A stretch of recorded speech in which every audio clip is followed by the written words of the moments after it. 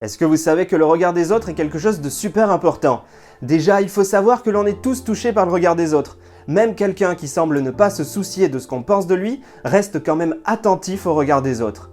Une personne qui ne tient vraiment pas compte du regard des autres, ça existe et ça se remarque vite. Le gars par exemple va se mettre à uriner en pleine ville contre un mur avec des gens qui passent autour de lui. D'autres vont sortir avec des vêtements déchirés ou peut-être parler avec leur meilleur ami imaginaire à haute voix. Donc on va être d'accord, je pense, tout n'est pas à jeter dans le regard des autres, ça va créer une société avec des normes et d'un côté, c'est pas plus mal.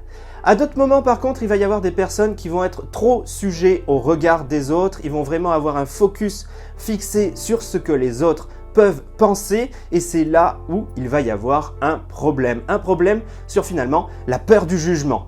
En fait, l'idée, ce n'est rien de plus compliqué que ça. Si je me retrouve dans une situation nouvelle où je me sens observé, je vais me mettre à stresser. Et une grande partie de mon attention va être tournée vers la réaction des personnes qui vont être autour de moi, que je vais juger meilleure dans ce domaine que je suis en train de faire. Alors la solution au problème, c'est finalement assez simple, on la voit tout de suite. On va garder cette idée de focus, sauf qu'au lieu de se concentrer sur les personnes qui sont autour de nous pour essayer de trouver en fait l'élément qui fait que ces personnes autour de nous se moquent de nous, parce que c'est finalement ça qu'on fait, on déploie énormément d'énergie pour essayer de choper des micro-réactions de notre environnement pour dire qu'on fait mal la chose. Et bien au lieu de gaspiller notre énergie à faire ça, on va se centrer sur la tâche qu'on est en train de faire. L'idée, c'est de faire en sorte d'oublier mon environnement pour pratiquer pleinement ce que je suis en train de faire. Par exemple, si je suis en train de bricoler quelque chose, que je suis un mauvais bricoleur, que je ne sais même pas de quel côté il faut tourner la vis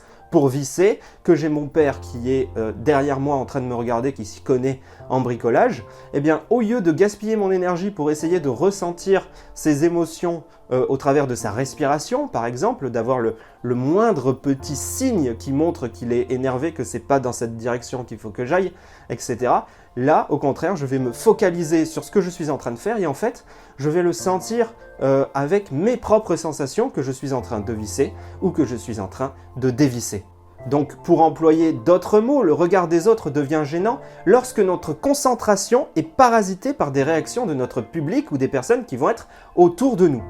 On place notre concentration dans la recherche de signes et d'approbation au lieu d'être concentré sur ce que l'on fait. On n'est pas 100% dans ce que l'on fait et on gaspille de l'énergie autour de nous.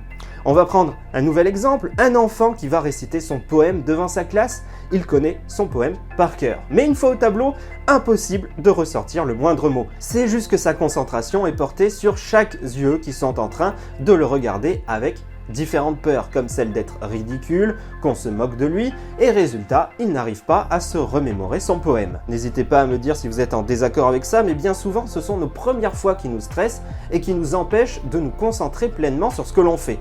On reste focalisé sur les personnes en face et autour de nous et notre travail passe inconsciemment en fait au second plan. Tout ça en fait part du fait qu'en tant qu'être humain, nous plaçons notre valeur forte au groupe et par conséquent, les personnes qui sont autour de nous et qui représentent donc ce groupe sont pour nous une source de validation. On a instinctivement le besoin d'avoir la validation de nos pairs. Mais on va se rassurer, vous n'êtes absolument pas obligé pour autant d'être victime de ce regard. Vous avez entièrement le droit de vous tromper ou de faire des erreurs, surtout quand c'est la première fois que vous faites quelque chose. C'est humain et c'est normal, on le dit bien, l'erreur est humaine. Après, attention de ne pas aller trop souvent se cacher derrière ce dicton. À présent, vous savez que ce poids du regard des autres provient seulement de vous-même et de votre focus. Faites en sorte de vous concentrer sur ce que vous êtes en train de faire au lieu de placer votre énergie sur des personnes autour de vous et vous verrez que les choses changeront d'elles-mêmes. J'espère très sincèrement avoir pu vous aider dans cette vidéo. N'hésitez pas à le dire en commentaire ou alors à poser un petit pouce bleu, ça fait très plaisir de voir que le travail est utile. N'hésitez pas non plus à poser vos questions pour les prochaines vidéos et de notre côté, on se dit à très bientôt, prenez soin de vous.